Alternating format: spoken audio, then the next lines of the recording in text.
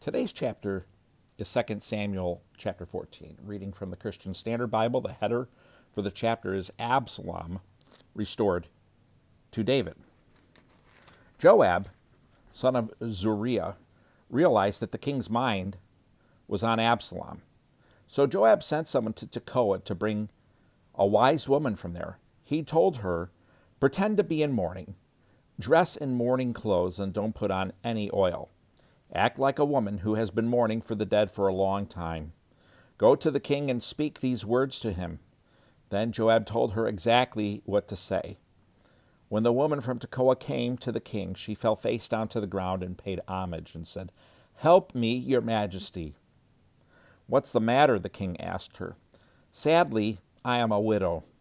My husband died," she said. "Your servant had 2 sons. They were fighting in the field with no one to separate them, and one struck the other and killed him.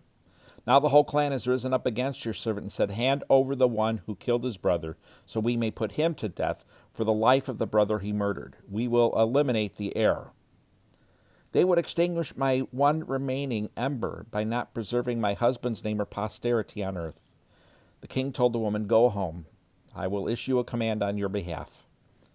Then the woman of Tekoa said to the king, "My lord the king, may any blame be on me and my father's family, and may the king and his throne be innocent." "Whoever speaks to you," the king said, "bring him to me. He will not trouble you again."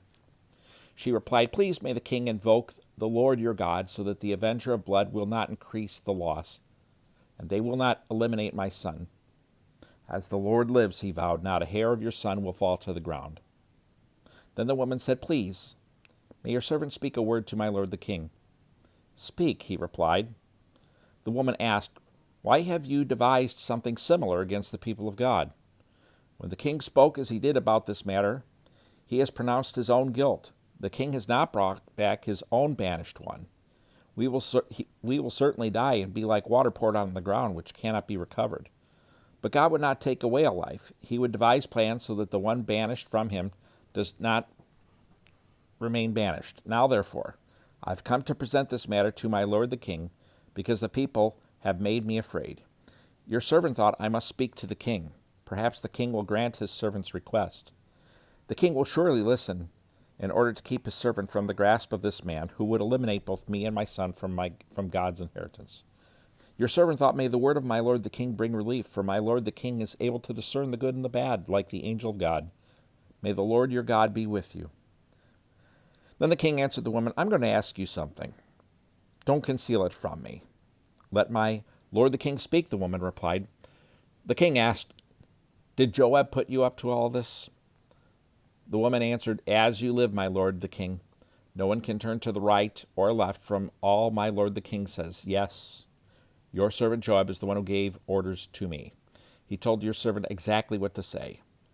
Joab, your servant, has done this to address the issue indirectly, but my lord has wisdom like the wisdom of the angel of God, knowing everything on earth." Then the king said to Joab, "I hereby grant this request. Go, bring back the young man Absalom." Joab fell with his face to the ground in homage and blessed the king.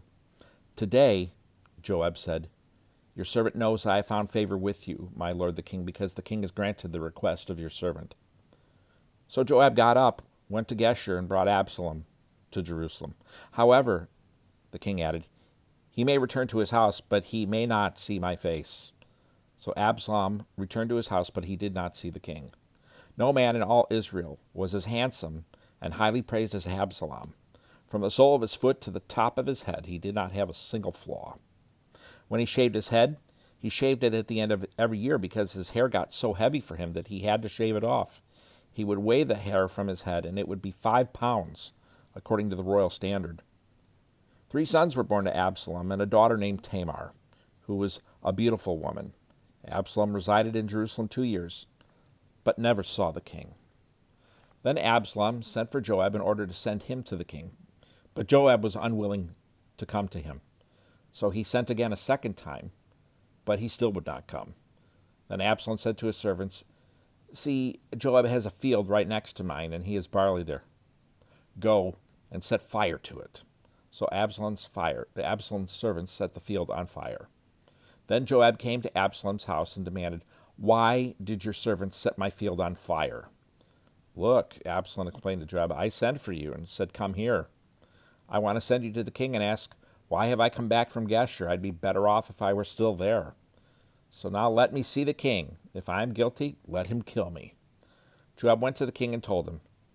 So David summoned Absalom, who came to the king and paid homage with his face to the ground before him. Then the king kissed Absalom. And that is 2 Samuel 14. Sounds like a good ending there, like some resolution happened. But as we're going to see, David's troubles continue and increase. Thanks for watching, thanks for listening, and hope to see you back here tomorrow.